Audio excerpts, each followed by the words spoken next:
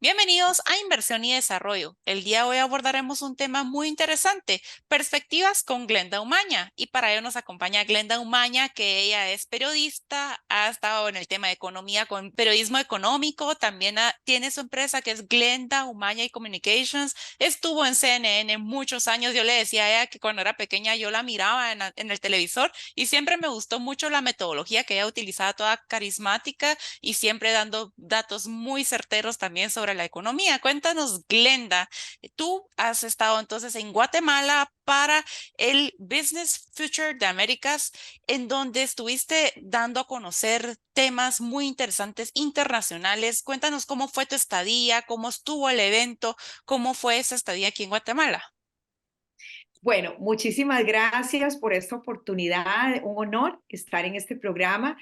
Como siempre, encantadísima. Para mí es una enorme alegría estar en Guatemala porque a pesar de que soy costarricense, vivo en Atlanta, he trabajado en muchísimos proyectos en Guatemala, he aprendido de los chapines, he podido, como lo hicimos recientemente, aprender también de lo que son negocios, el intercambio comercial y esta enorme oportunidad de que Guatemala haya sido la sede principal de esta reunión, porque en toda Latinoamérica pues hay muchas organizaciones de AmCham en todos los países y prácticamente todos los años es en un país distinto. Este año fue el turno de Guatemala, donde se ha lucido, ¿verdad? Con el encuentro y la posibilidad realmente de hacer networking, de hacer negocios, ¿verdad? De hacer esos contactos, la representación y AmCham, la Cámara entre Estados Unidos y Guatemala, de Guatemala, la verdad que se ha puesto una flor en el ojal con esta organización. Recordemos que Centroamérica como tal es la región en desarrollo donde existe, es más, la región más integrada, quizá muchos desconocen esta buena noticia, es la región más integrada donde se produce más intercambio comercial. Entonces, la verdad que estamos en una, yo diría, yo siempre, a mí siempre me gusta ver todo con ojos positivos, estamos en una nueva era, a pesar de tantos desafíos que tenemos y siempre, pues, especialmente en el área social, tenemos una gran deuda, ¿verdad?, con parte de la población en nuestros países, pero vamos avanzando y este reciente encuentro es una muestra maravillosa de todo lo que se puede hacer. Sí, qué bueno haberla tenido aquí en Guatemala, en donde tuvimos también conferencistas de muy alto nivel de otros países también. Y qué bueno que su perspectiva es de que Centroamérica está muy unida, se ha ido fortaleciendo mucho y tiene muchas oportunidades. Y ese cambio esas comercialización que se ha dado entre países ha sido muy bueno también. Exacto, sí, por ejemplo, se ha facilitado la manera, las herramientas para intercambio comercial. Estuvimos hace algunos meses justamente en Guatemala también, en otro congreso promovido por el Banco Mundial con el encuentro de ministros de economía, de comercio de distintos países y vimos cómo se han cambiado algunos protocolos. Antes lo que se podía durar 72 horas para pasar una frontera con los productos, para poder realizar parte de ese proceso, se ha agilizado ese intercambio comercial y ahora en 2 horas se pueden realizar esos trámites. Entonces, yo creo que son avances importantes. También se está trabajando en lo que es el costo y la facilitación de los vuelos, ¿verdad? Porque en nuestra región, como decíamos, hay mucho intercambio también de servicio, de profesionales que van de un país a otro y necesitan mejores tarifas en los vuelos, por ejemplo, y más facilidad, no estar dando vuelta por todo Centroamérica para llegar a uno u otro país. Entonces, esto es parte de lo que también las autoridades y los líderes están intentando facilitar. Pero hay algo también que me gustaría resaltar y es el liderazgo de las mujeres en este reciente congreso. Vemos en la misma Cámara, en AmCham, como una mujer ha liderado ya por 9 años, es la directora ejecutiva, Valesca, y la verdad que nosotros, parte de nuestro trabajo en esta nueva etapa, luego de haber salido de CNN, es apoyar el empoderamiento de las mujeres, ¿no? Algo que me llegó sin yo planearlo, pero me ha gustado mucho trabajar también en esta área. Glenda, qué interesante tus vivencias que has tenido por acá en Guatemala y por todo el mundo. Sin embargo, de entrevistadora a entrevistada ahora, y qué bueno que te tuvimos acá en Guatemala. Ahora, aprovechando que tú vives en Atlanta y eres una reconocida periodista internacional originaria de Costa Rica, una paisana centroamericana. ¿Cómo vinculas esa migración que está en Estados Unidos, que las tienes ahí muy cerca, con la gente que está emigrando prácticamente de toda América Latina? ¿Qué nos está faltando? Y cómo tú concatenas este reciente gran encuentro que hubo, donde tú participaste con buenos contenidos, pero que nosotros como latinoamericanos realmente tenemos que ubicarnos en el siglo XXI para crear las oportunidades que la gente está esperando. Excelente tu pregunta y parte de la agenda que se trató en este congreso incluyó también ese tema, ¿no? El tema migratorio, la deuda que tenemos con gran cantidad de nuestra población en nuestra Centroamérica, que si bien pues eso está, digamos, cambiando en algunos aspectos en lo que es Centroamérica, para bien en otras zonas del mundo se ha agudizado, ¿verdad? Si vamos a la frontera, vemos como están ingresando miles de haitianos, de personas que vienen desde Asia. No, ya no es solamente el éxodo venezolano, que es tan doloroso, y el éxodo desde nuestros países, pero ¿cuál es la deuda que tenemos con ellos? Bueno, la deuda en seguridad, ¿verdad? Que muchos vemos que huyen por las amenazas que sufren en sus barrios, en sus familias, los niños en sus colegios, y vemos las historias que ustedes saben mejor que yo, de padres que dicen, y yo no me puedo imaginar lo desgarrador que es dejar a tu niño porque dice, si se queda aquí, pues en la escuela, como va, me lo pueden matar, prefiero que traten de llegar a Estados Unidos, ¿no? Es realmente desgarrador y totalmente injusto. Y no sé si a ustedes les sucede que cuando vemos esas imágenes de las personas, miles y miles cruzando, y algunos lo logra, la mayoría lo logra, otros no, uno se siente realmente mal y uno dice, bueno, ¿y qué estoy haciendo yo para cambiar esto? Yo creo que esa reflexión nunca debe cambiar. ¿Qué estamos haciendo nosotros para cambiar eso? ¿Qué están haciendo los líderes? ¿Cómo están mejorando las oportunidades? Y yo creo que esto que acabamos de vivir en Guatemala es una oportunidad también para desde arriba, desde quienes están liderando las empresas, el sector público, en este enlace, en esta alianza público-privada, que si bien es un intento constante, bueno, fortalecer con acciones más concretas, ¿no?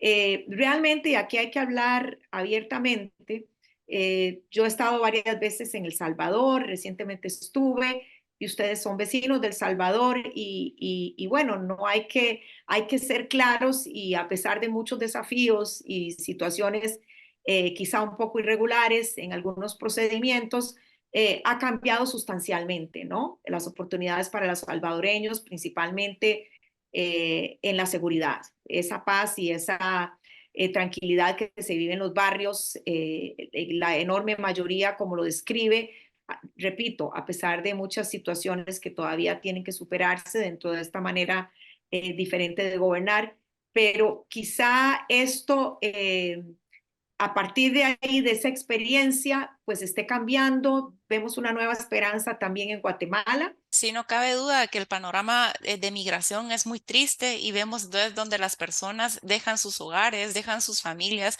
y se emprenden ese viaje a Estados Unidos en donde siguen creyendo que es el sueño americano. Sin embargo, el sueño tiene que ser en donde uno reside, el sueño guatemalteco o el sueño centroamericano. Y existe un gran reto tanto de las autoridades como los diferentes sectores de la sociedad para crear esas oportunidades que tanto necesitan estas personas. Y una de las cosas que usted toca muy bien es el tema del emprendimiento, donde usted ha dado talleres del tema de emprendimiento y como usted sabe, en Guatemala y en Centroamérica, los emprendedores, las MIPIMES son la mayoría de la economía. ¿Qué perspectiva nos puede dar usted de este tema de emprendimiento de las MIPIMES para que podamos seguir generando esas oportunidades que tantos hace falta en nuestras regiones? Yo creo que la buena noticia es que, y me encanta trabajar en el tema, como decíamos, de empoderamiento de mujeres, la buena noticia es que cada vez más se están difundiendo y se están ofreciendo desde distintos focos herramientas y apoyo a las mujeres emprendedoras. Y esto se sabe que transforma la economía. El hecho de poder empoderar valga la redundancia, de tener, darles esas herramientas a mujeres, por ejemplo, en el área de la tecnología, en zonas alejadas, en zonas donde ellas están desarrollando su negocito, que no tengan que estar dependiendo de que el hombre les preste el teléfono o que el vecino les diga cómo utilizar o les dé datos o que tengan que ir a otro lado, de que ya exista esas organizaciones que están apoyando en áreas que actualmente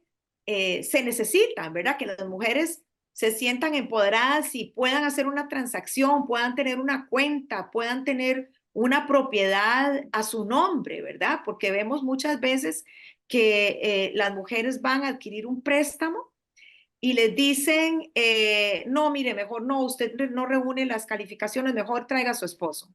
O no tiene esposo, o traiga, ¿no? Entonces, estas situaciones que se dan, porque he escuchado muchas historias, cada vez tenemos que difundirlas más y ofrecer esas herramientas, apoyarnos a todo nivel, porque estamos hablando a todo nivel, desde la mujer ejecutiva alta que está en una función o la ingeniera, que hace poco tuvimos una charla one on one con una ingeniera que le estaban ofreciendo un puesto nuevo y estaba muerta del susto, ¿no? Entonces, ¿cómo nos cuesta a veces a las mujeres dar ese paso? Eh, ya se sabe que los hombres, aunque reúnan solamente el 60% de las calificaciones para un puesto, aplican. Las mujeres siempre pensamos que tenemos que reunir todos los requisitos para aplicar y siempre sigue existiendo esa enorme brecha, ¿verdad? Pero cada vez más en este tema del emprendimiento hay más herramientas para las mujeres y esto yo creo que va a transformar, soy muy positiva y va a ir transformando poco a poco nuestras economías. Tenemos que Ujú. ir fortaleciendo a la mujer, dándole esas oportunidades, porque los países más desarrollados toman muy en cuenta a las mujeres y Guatemala con ese 51%, dándole ese empoderamiento, ese fortalecimiento, podemos lograr grandes cosas, ¿verdad? Y también el tema del sector económico, todos los sectores tienen que erradicar el machismo. No cabe duda que tenemos que ir cambiando esos paradigmas y fortaleciéndolas más a ellas. Interesante, Glenda. Ahora estoy seguro que ustedes abordaron en este gran encuentro de las AmCham lo que es la relocalización, el nearshoring, ¿sí?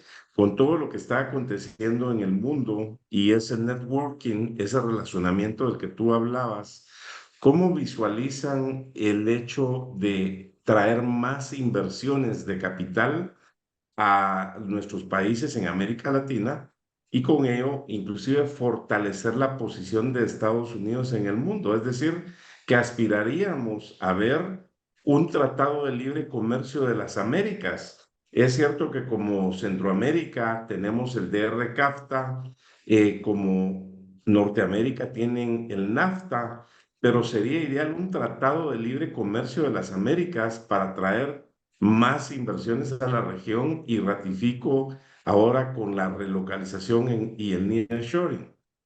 Claro, y yo creo que en ese sentido ha sido admirable, conociendo un poquito, ahora que hemos estado trabajando con AmCham en este congreso, la labor que se ha realizado en este caso en Guatemala para el cambio, ¿no? Ellos cómo han estado apoyando al Congreso, dando un poco, facilitando con información, con datos para poder cambiar un poco la legislación y que se avance en obras de infraestructura. Ustedes con los dos océanos, lo que se requiere para, por ejemplo, fortalecer los puertos para poder facilitar ese comercio.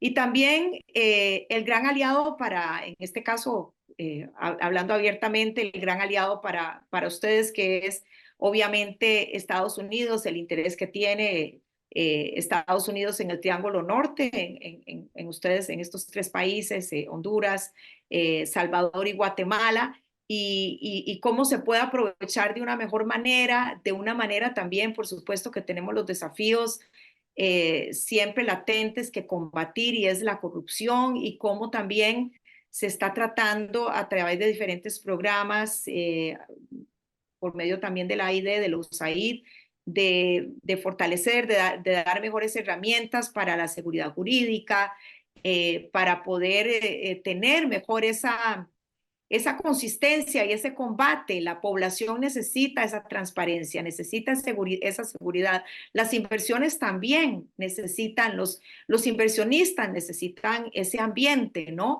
De claridad, ese ambiente de honestidad, la misma prensa, poder trabajar libremente.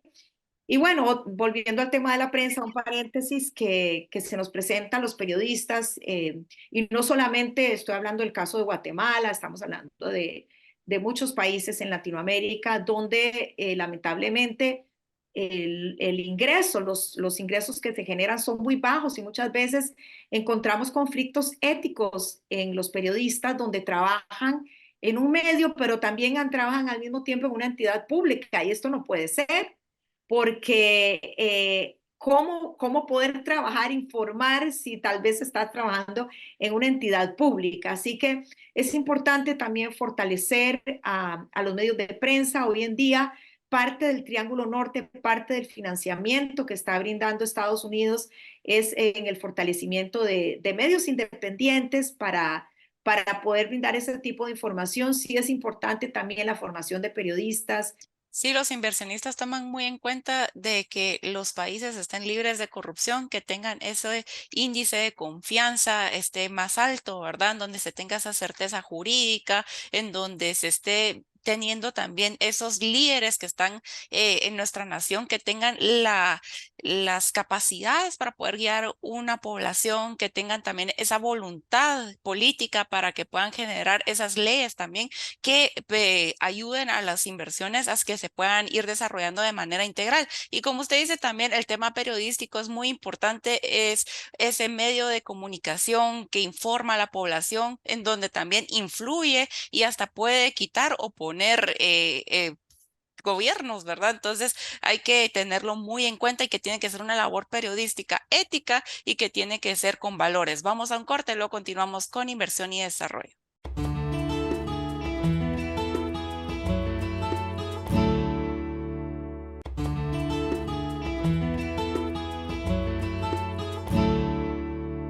Continuamos con inversión y desarrollo y la presentación de la periodista internacional Glenda Umaña, que recientemente participó en Guatemala en el evento de las AmChams, de las cámaras empresariales estadounidenses, AmChams, Business Future of the Americas. Glenda, tú como una periodista que se está preparando permanentemente y que cada vez sigue aportando mucho más hacia el desarrollo, muchas gracias por tu contribución.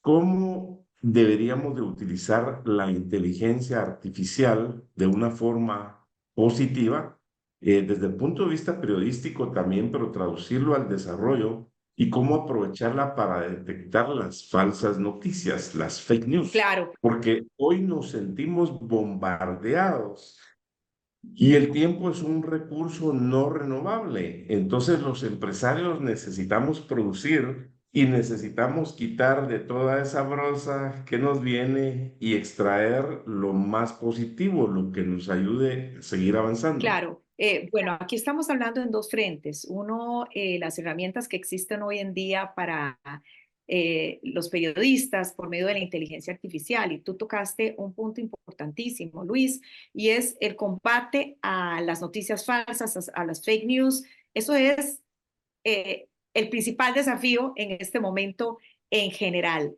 porque muchas veces vemos hasta los mismos medios que hemos caído en esa trampa, ¿no? O que caemos en esa trampa de creer que alguna noticia es cierta o no. Por eso es básico e importante seguir fuentes que son fidedignas, no dejarnos llevar por ese montón de mensajes de WhatsApp. Yo sé que ustedes han escuchado muchísimas veces esto, queridos amigos, querida audiencia, pero por favor no compartan mensajes que les lleguen a ustedes por WhatsApp si no saben el origen.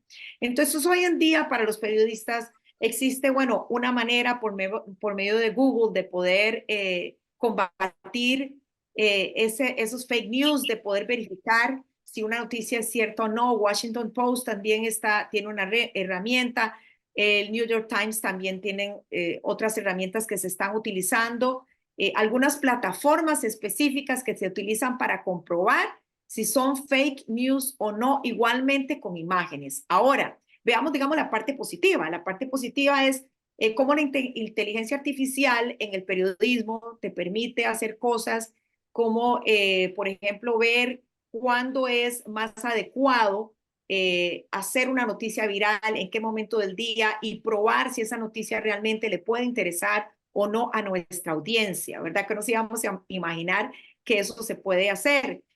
Otras herramientas que existen para, por ejemplo, editar los videos, editar los audios. Es decir, hay un sinnúmero de herramientas hoy en día para los periodistas por medio de la inteligencia artificial. Sin embargo, y a pesar de que qué maravilla nos editan, qué maravilla nos escriben los textos, nunca nada va a ser igual que la presencia, el contexto que le va a dar el periodista, la revisión que le va a dar el editor. Sí, la inteligencia artificial le podemos sacar mucho provecho positivo, pero también hay ese tema negativo, ¿verdad? Que hay que saberlo manejar, saberlo utilizar.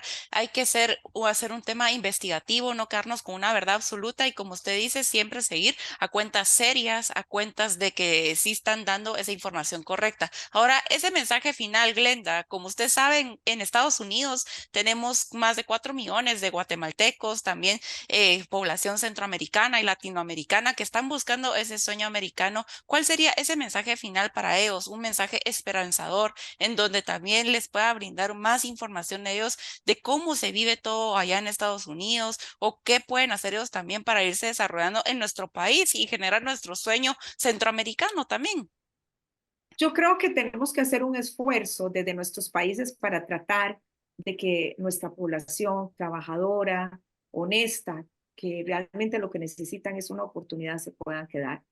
Porque hemos visto con nuestros mismos ojos cómo muchos han logrado establecerse y ser exitosos, pero no podemos tapar el sol con un dedo y saber que la realidad para muchos de ellos que viven amontonados en pequeños departamentos, que muchos, la gran mayoría, no manejan el idioma y lo que hacen el fin de semana porque no se sienten adaptados es tomar cerveza, no pueden ir al cine, y esto me lo han contado ellos mismos, esto me lo han contado ellos mismos. Entonces se sienten desadaptados y siempre con esa añoranza. Por eso, justamente cuando yo viajaba o he viajado los lunes o los viernes de Atlanta para Guatemala o de Guatemala para Atlanta, no sé si ustedes conocen lo que es el transporte de nostalgia.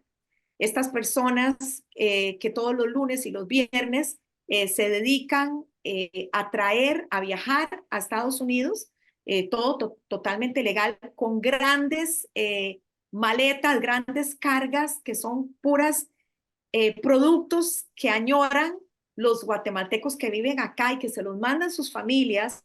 Una señora me decía que en algunos pueblitos, por ejemplo, las personas no saben ni escribir y le dicen una tarjetita, le dictan lo que le tienen que decir a ese ser querido que tienen para acá. Entonces, vemos también como ese sueño americano para muchos no llega. Es un sueño más bien de añoranza, de estar con sus seres queridos en sus países y de trabajar su tierra y de tener buenos salarios. Y creo que es una deuda enorme que nosotros tenemos con nuestra población.